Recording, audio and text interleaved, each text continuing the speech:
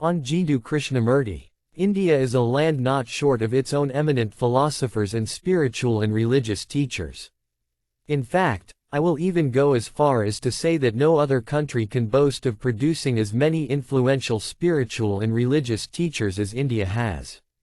India was home to the Buddha, Rishabhadeva, Parshvanatha, Mahavira, Swami Vivekananda, Ramana Maharshi, Neem Karoli Baba, Narayana Guru, Swami Sivananda, and thousands of other philosophers, and spiritual and religious teachers. However, the subject of this essay is none of the above-mentioned illustrious names.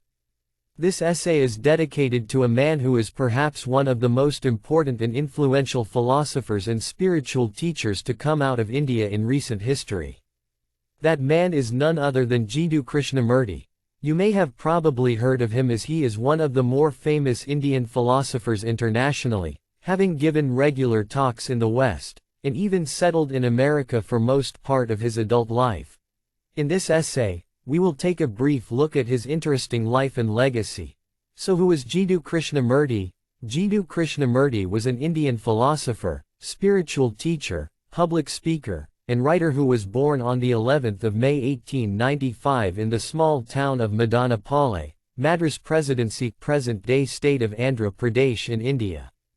It must be noted that his exact birth date is still a matter of debate, and the birth date generally accepted, that is the 11th of May 1895, is based on Krishnamurti's biographical works by Mary Lutyens, often considered his most reliable biographer. Krishnamurti was born in a Telugu-speaking Brahmin family to Jiddu Narayanaya and Sanjeevamma. He was one of 6 out of 11 children who survived childhood. His father was an official of the British colonial administration. Krishnamurti was said to be a sickly and sensitive child, often described as vague and dreamy, as if lost in his own world. He had a tough time at school due to this natural disposition of his and was even thought to be intellectually disabled.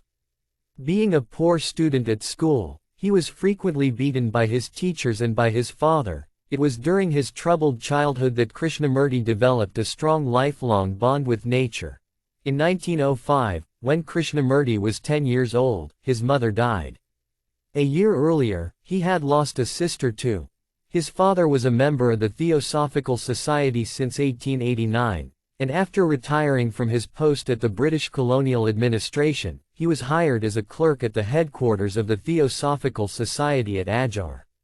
Upon moving to Adyar, the family was given a small cottage to live in, located right outside the Society's compound. In April 1909, Charles Webster Leadbeater, a prominent member of the Society, saw Krishnamurti on the beach of the Adyar River and was taken by what he described as the most wonderful aura he had ever seen without a particle of selfishness in it. Krishnamurti was 13 years old at the time.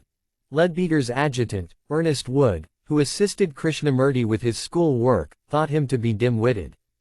Nevertheless, Leadbeater, who claimed clairvoyance, was convinced that Krishnamurti would become a great orator and spiritual teacher. He said that Krishnamurti was likely to become the vehicle for the Lord Maitreya in theosophical doctrine, who is an advanced spiritual entity periodically appearing on earth as a world teacher to guide the evolution of mankind. After he was discovered by Leadbeater, Leadbeater and a number of his trusted associates undertook the responsibility of protecting, raising, educating, and preparing him to become a vehicle of the world teacher. Krishnamurti and his brother Nityananda were privately tutored by certain members of the society. Krishnamurti surrendered himself to the guidance of Leadbeater and Annie Besant, whom he came to regard as his surrogate mother. Krishnamurti and Besant developed a strong bond, and soon Besant became his legal guardian with the consent of his father. The sudden attention on Krishnamurti pushed his father into the background. Krishnamurti described himself as being obedient, subservient, uncertain, and vague during these early years under the guidance of the Theosophical Society. He was ready to do whatever they wanted, but he did not seem to care about what was happening. He did what they asked him to do, but nothing influenced him. Even under the Theosophical Society's guidance, Krishnamurti was a poor student. But he managed to learn how to write and speak in English very quickly. His brother Nitya was considered a better, more intelligent student of the two. To put their plan into action, the Theosophical Society established the Order of the Star in the East in 1911, when Krishnamurti was 16 years old, in order to prepare the world for the coming of the world teacher. And Krishnamurti, being the vehicle of the world teacher, was appointed as the head of the order. In 1912, when Krishnamurti was 17 years old, his father sued Besant to annul the legal guardianship agreement. A legal battle ensued in which Besant came out victorious, taking custody of Krishnamurti and Nitya. After the breakup of their family and separation from their home, the two brothers became closer and depended on each other even more, since their father was now out of the picture. The Theosophical Society exposed Krishnamurti and Nitya to the European high society as they studied and traveled abroad. As he was being groomed to become the world teacher, he was subjected to a rigorous and intense daily regimen, which included academic studies of various school subjects, religious, spiritual, and theosophical lessons, sports and exercise, meditation, yoga, and even some mystical lessons from Leadbeater himself. He was also instructed in the ways of British high society and culture. However, he was not at all academically inclined and eventually gave up on his university education after multiple attempts at getting admission. During this period, Leadbeater and Besant tried to cultivate his public image, one that he would maintain more or less for the rest of his life. He was groomed to have a well-polished exterior, a cosmopolitan outlook, a sobriety of purpose, and an otherworldly, almost beatific detachment in his demeanor. This carefully cultivated image and his innate personal charisma and magnetism inspired veneration toward him, but things were not always great and smooth sailing. As he grew up during his teenage years, he came to despise the rigid daily regimen he was made to adhere to, and he soon grew frustrated with it. He became uncomfortable with the publicity and hype surrounding him and often expressed doubts and concerns regarding the future decided for him. All these troubles led to emotional instability and occasional rebellion on his end. As Krishnamurti and Nitya toured Europe, where Krishnamurti gave lectures at meetings and took part in discussions, his first writings began getting published in booklets by the Theosophical Society and their various magazines. After the First World War, Krishnamurti toured the world as the head of the order, giving lectures and speaking at discussions. He was not a natural at public speaking and was initially accused of being repetitive, hesitant, and halting. However, as he proceeded to give more lectures and take part in more discussions, his confidence as a speaker grew, making him a gentle and eloquent yet commanding and authentic public speaker. In 1922, Krishnamurti and Nitya traveled to California, where they stayed at a cottage in the Ojai Valley. Nitya was diagnosed with tuberculosis, and it was suggested that the climate in Ojai would help him recuperate better. The brothers lived at the cottage on their own without any supervision from any member of the Theosophical Society for the first time. They fell in love with the Ojai Valley and with their newfound freedom. During this period, they met a young American woman named Rosalind Williams, who would go on to play an important role in Krishnamurti's life.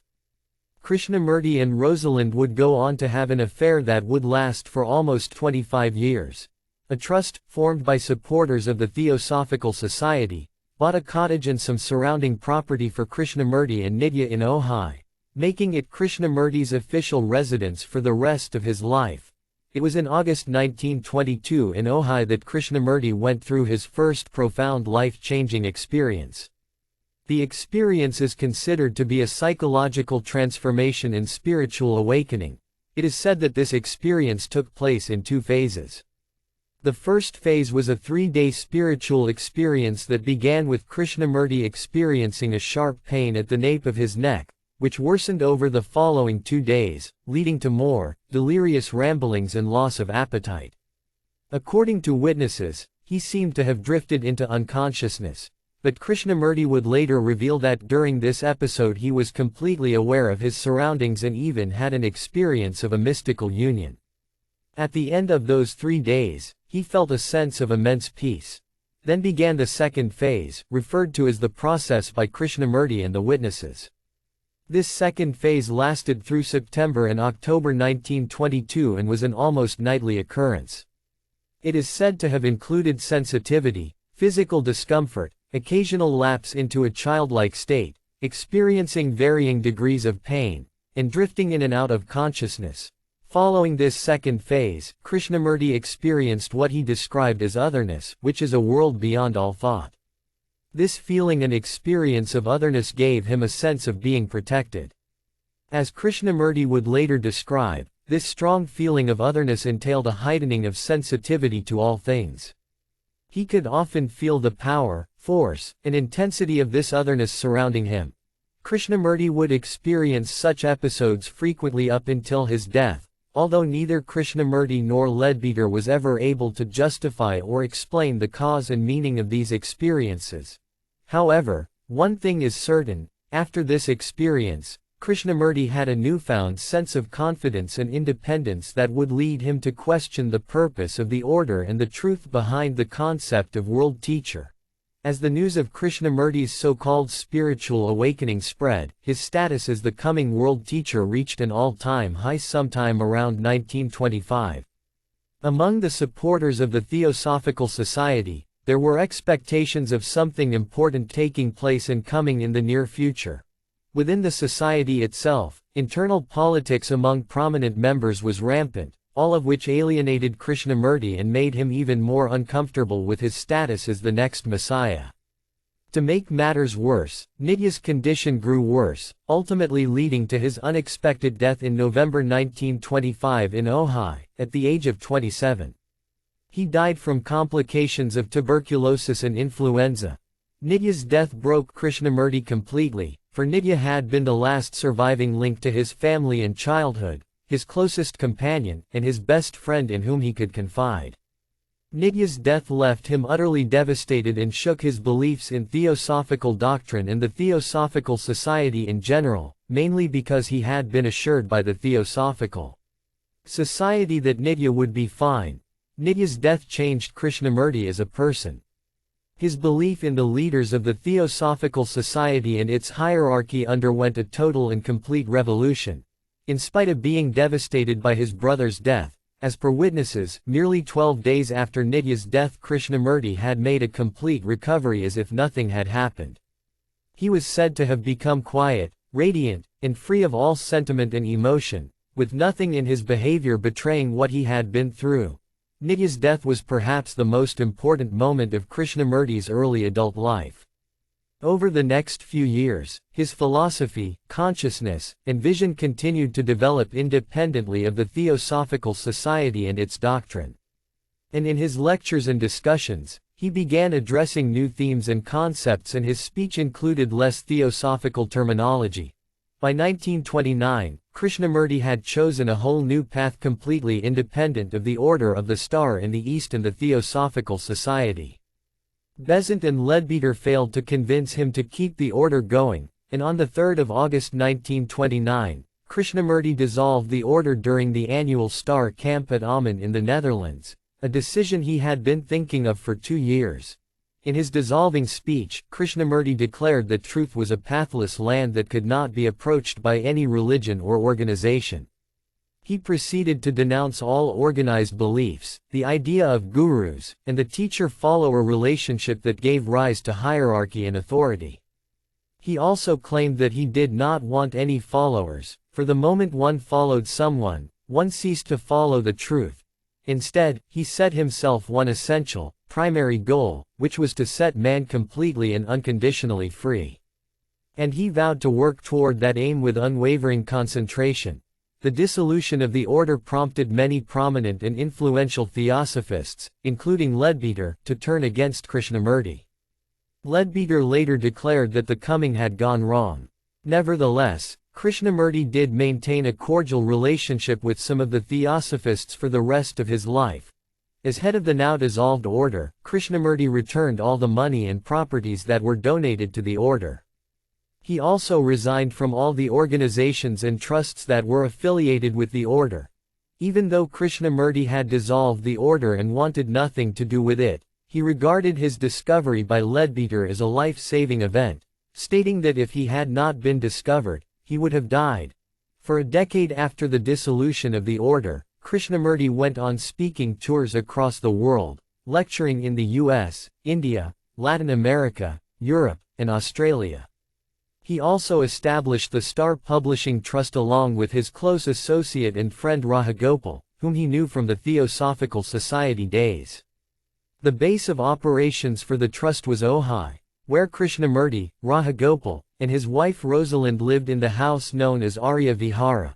The Star Publishing Trust was run by Rahagopal, while Krishnamurti dedicated his time to speaking and meditation. Rahagopal and Rosalind had a very unhappy marriage, and after the birth of their daughter Radha in 1931, they grew physically estranged. Krishnamurti and Rosalind's affair would begin in 1932. In 1938, Krishnamurti met British writer and philosopher Aldous Huxley, and the two became close friends. In fact, it was Huxley who encouraged Krishnamurti to write books. Krishnamurti took a 4-year break from public speaking during the Second World War, between 1940 and 1944. In May 1944, he ended his hiatus from public speaking and gave a series of talks in Ojai. The talks and other materials were published by Krishnamurti Writings Inc., which was a successor organization to the Star Publishing Trust. This new entity was established for the sole purpose of spreading Krishnamurti's teachings across the world. Upon arriving in a newly independent India in 1947 for a speaking tour, he was visited by Prime Minister Jawaharlal Nehru and several other prominent personalities. As the years and decades went by, Krishnamurti continued with his rigorous schedule of public speaking and having discussions with prominent personalities in various fields. He slowly developed an almost cult-like following across the world, comprising admirers and followers who frequently attended his lectures. Krishnamurti even became good friends with theoretical physicist David Bohm, and the two frequently held talks with each other and even took part in group discussions with members of different fields. These discussions were recorded and also published as books, and helped to introduce Krishnamurti's philosophy to a wider audience. Toward his later years, Krishnamurti held frequent discussions with eminent physicists and psychotherapists representing different theoretical orientations. During the 1970s, Indian Prime Minister Indira Gandhi visited Krishnamurti on several occasions, and the two had serious conversations on a wide range of topics. It is even said that the lifting of certain emergency measures imposed by Indira during political turmoil in India was possibly due to the conversations with Krishnamurti.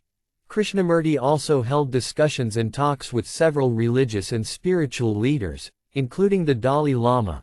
By the mid-1980s, Krishnamurti had lost considerable weight and began to have health issues. But in spite of his failing health, he continued to maintain a rigorous and intense touring schedule. In October 1985, he visited India for the last time, holding a series of discussions and talks that would be some of his last ones.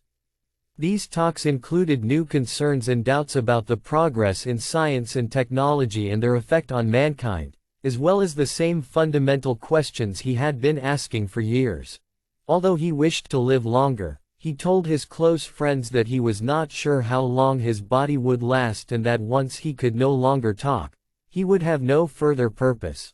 On the 4th of January 1986, Krishnamurti gave his final talk in Madras, where he invited the audience to examine the effect of technology, the nature of creation, the nature of inquiry, and the nature of meditation and life. Before his death, Krishnamurti made it very clear that he would have no successors and interpreters of his teachings.